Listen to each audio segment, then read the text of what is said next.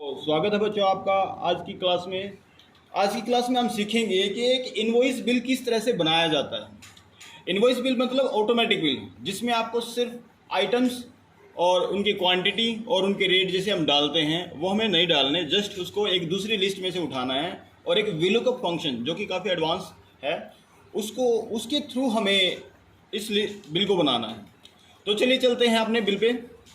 मैंने कुछ फॉर्मेट पहले से ही बनाया हुआ है, आपने उसको टाइप करके बना लेना है। देखिए, जैसे मैंने सबसे ऊपर लिखा हो कंपनी नेम, एड्रेस, सिटी, ये आपने टाइप कर लेना है। अपने कॉलम्स को मर्ज करके जो आपको सिखाया गया है उसका पार्टी नेम डाल देना है, एड्रेस डाल देना है, मोबाइल नंबर डाल देना है, बिल का नंबर डाल देना, बिल की डेट डाल देनी है, रिमार्क्स डाल देना है और उसका GST नंबर डाल देना है। आइटम्स है, जैसे मैंने एक साइड में एक टेबल और बनाई हुई है। ये इस टेबल में मैंने दो चीज़ें ली हैं, आइटम्स रेट और उनकी आइटम है, आइटम की लिस्ट है और उनके रेट हैं, और मुझे ये रेट यहाँ लाने हैं।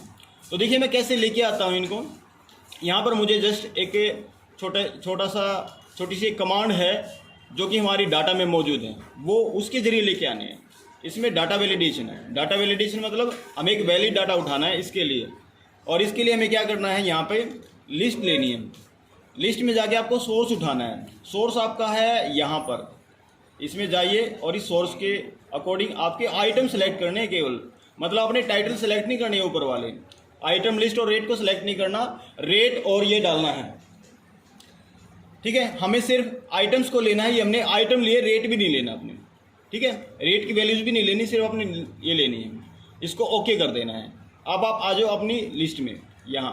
अब आप यहाँ देखेंगे, यहाँ एक बटन बन चुका है। जैसे आप इस बटन पर क्लिक करोगे आपके सामने ये आ जाएगा। इसकी फॉर्मेटिंग करके इसको थोड़ा सा बड़ा कर दो ताकि थोड़ा सा और बाकी के बराबर लगे। बोल्ड कर दो इसको। ठीक है, अब इसको आप यहाँ से पकड़ के नीचे तक खींच लो। अब इस बिल में हम 10 आइटम्स को ले रहे हैं, इनको हटा दोगे, इनको डिलीट कर देना है क्योंकि हम चूज़ कर लेंगे। अब यहाँ आप देखेंगे आपके सामने, इसको भी हटा दिया मैंने। अब आप इसमें देखेंगे कि यहाँ में रेट जो है लगाना है, और ये रेट हमारे पास दूसरी इसमें मौजूद है, दूसरे कॉलम में मौजूद है। यहाँ पे देखिए, अब मैं क्या करूँगा, यहाँ पे रेट में जाके यहाँ फार्मूला लगाऊंगा VLOOKUP का। VLOOKUP में मैंने क्या करना है, ये आइटम्स को सिलेक्ट करना है, जो भी हमारे पास आइटम की डिटेल है। इसमें मैंने आइटम पहले ले लिया है लुकअप के जरिए, कोमा। इसके बाद जाना अपनी टेबल एरे पे। टेबल आपकी ये है, इस पूरी टेबल को सिलेक्ट कर लेना। ठीक है, और इसको आपने फ्रीज भी कर देना है ताकि हम जब इसको पकड़ के खींचे तो नीचे की तरफ मूव ना हो। F4 दबा देना है, फ्रीज। इसके बाद हमारे पास कॉलम नंबर 1 आइटम लिस्ट है, कॉलम नंबर 2 रेट। हमें रेट चाहिए इस रेट के नीचे, तो यहाँ पे कॉलम नंबर 2 लगा दीजिए, कोमा 0। एग्जैक्ट मैच के लिए 0 है ताकि आंसर एग्जैक्टली आए आंसर। अब जैसे आप यहाँ पर इसकी क्वांटिटी अपने आप लिखेंगे, जैसे मैंने राइस लिया है 5। अब जो उसमें रेट है, राइस का रेट 60 रुपये है, तो जैसे मैं कोई और आइटम चूज करूँगा यहाँ पे वीट, गेहूँ, तो इसका आइटम जो है, इसका जो रेट है वो 22 रुपये आ जाएगा। इसको भी थोड़ा सा बड़ा कर लेते हैं, हाईलाइट कर देते हैं। ठीक है, बोल्ड। और अब यहाँ पे मुझे क्या करना है, इनकी कैलकुलेशंस करनी है। ये वैल्यू गुणा ये वैल्यू, प्रोडक्ट का फंक्शन लगाओ या गुणा कर लो, ये आ जाएगा। इसको भी थोड़ा सा आपने बड़ा कर लेना है, यहाँ से बड़ा कर लेते हैं, इसको भी बड़ा कर लेते हैं। ये सब चीज़ हमने डाल देनी है ऐसे करके। ये ऑटोमेटिक इनवॉइस जनरेट बनेगा, अभी देख लेना। इसके बाद इसको थोड़ा सा नीचे ले आते हैं हम। ये देखिए, बाकी का आइटम्स हमें लेनी है। अब मान लिया यहाँ पे हमने ये आइटम ले लिया, और यहाँ पे मैंने क्या करना है, इसको पकड़ के खींच देना है ऐसे, तो इसका रेट आ जाएगा जो हमारी इस लिस्ट में मौजूद है। जैसे हल्दी हमने ली 120 रुपये, तो हम यहाँ पे इसकी क्वांटिटी डाल देते हैं 4।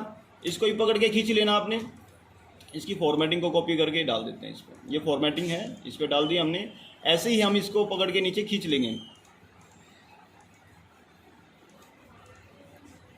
इसको पकड़ के खींच लेते, ये आंसर आ गया। अब देखिए यहाँ मैंने क्या कर रखा है, ये इस तरीके से आपने एक एक आइटम डालना है इसमें, जो भी आइटम आपके बिल में है। जैसे शैम्पू है, इसको पकड़ के खींच लेना है, यहाँ से ये आ जाएगा। एक बार आप पकड़ के खींच लीजिए सारा ताकि नीचे तक आ जाए। जैसे ये NA आए तो आपने क्या कर लेना है, पहले इसमें एक फार्मूला लगा देना, इफ़ एरर। इफ़ एरर क्या करेगा, ये जो NA आया है इसकी जगह खाली आ जाएगा। लास्ट में आपने क्या कर लेना है, जाके पूरे फार्मूले को देख लेना। इफ़ एरर हमें NA ना दे करके हमें ब्लैंक स्पेस दे, कुछ भी ना आए इसमें। ब्रैकेट क्लोज कर दो, एंटर मार दो। अब आप इसको पकड़ के फिर से खींच लेंगे हम, ये नीचे आ जाएगा। ये देखिए ब्लैंक आ गया है। अब आप यहाँ पे किसी भी आइटम को चूज करेंगे तो देखिए ये आ गया है। हमने ऊपर भी लिया था, इसको फिर से लिया, हमने दही ले लिया, अब ये देखिए रेट आ गया। अब यहाँ पे जो भी आइटम ले रहे हैं वो आ जाएगा, उसकी क्वांटिटी हमने डाल देनी है, और क्वांटिटी डालते ही जैसे हम डालेंगे ये आ जाएगी, ठीक है। अब यहाँ हमने क्या कर लेना है, इसको ही पकड़ के खींच लेना है, इनको पकड़ के खींच लेना है हमें, ठीक है। ये आ गया, इसमें देखो 0 आ रही है क्योंकि हमने यहाँ पे कोई क्वांटिटी नहीं डाली है। हम यहाँ पे क्वांटिटी डाल देते हैं 6, और ये देखिए, और नीचे हमारे बिल में भी वैल्यूज जनरेट हो रही है। देखिए क्या कर रखा है, यहाँ हमने सम का फार्मूला लगाया हुआ है, इसमें सारी वैल्यूज सिलेक्ट करके हमने ये वैल्यू दी हुई है। इसको भी थोड़ी सी फॉर्मेटिंग हमें देनी है, बोल्ड कर लीजिए, सेंटर में जैसे भी आप डालना चाहो वैसे डाल दीजिए इसको। ये फॉर्मेटिंग आपको एक बार करनी, उसके बाद आपको नहीं करनी, ये फॉर्मेट बार बार आपका बनता रहेगा। 3 जैसे आप डालेंगे, देखो इसका भी रेट आ गया। बस आप इसको थोड़ा सा सही ढंग से कर लेंगे तो ये बन जाएगा। इसका भी साइज़ हमें थोड़ा सा बड़ा कर लेना, मैंने फॉर्मेटिंग नहीं करी, अब ये फॉर्मेटिंग हो गई है इस तरीके से।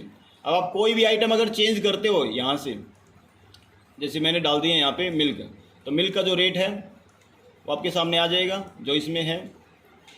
इसको सेंटर में डाल देते हैं बस, अब ठीक है। तो यहाँ पे आपने देखा कि जो भी हमने चीज़ें ली हैं यहाँ पे, उनके रेट अपने आप हमने उठा लिए हैं, हमारे सामने जो टेबल थी इस तरीके से, और यहाँ पे इनकी कैलकुलेशन भी होगी। हमने यहाँ पे 9% CGST लगाया हुआ है जो कि हमारा टोटल बिल पे है, ठीक है। और उसके बाद 9% SGST लगाया हुआ है क्योंकि आजकल GST चलता है, तो हमने इस बिल के ऊपर लगा दिया 9% ये और 9% ये, टोटल 18%। तो ये हमारे पास इन दोनों का टोटल आ गया है। हमने 2500 को 225 और 225 को इसमें जोड़ दिया तो हमारा 2950 आंसर आ गया। और नीचे हमने लिखी एक बात भी, एक हमने नोट भी डाल दिया कि this is a computer generate invoice does not and required any signature, मतलब इसमें कोई सिग्नेचर की रिक्वायरमेंट नहीं है। इस तरीके से आप बिल डाल सकते हैं।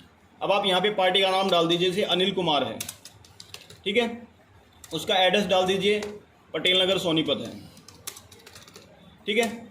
और इसका मोबाइल नंबर जो भी हो डाल दीजिए, GST नंबर डाल दीजिए, बिल नंबर डाल दीजिए, बिल डेट डाल दीजिए। ये परफॉर्मा बनाया हुआ है और जस्ट यहाँ पे हमने एक डाटा टेबल बनाई हुई है। जैसे जैसे आप लिखेंगे यहाँ पे ये वैल्यूज़ ये आपके सामने आ जाएंगी, ठीक है।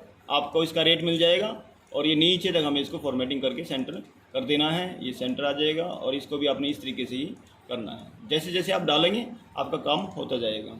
तो आशा करता हूँ इस वीडियो में आपको इनवॉइस ऑटोमेटिक इनवॉइस बिल आपको समझ में आया होगा। इस वीडियो में फ़िलहाल इतना ही, धन्यवाद।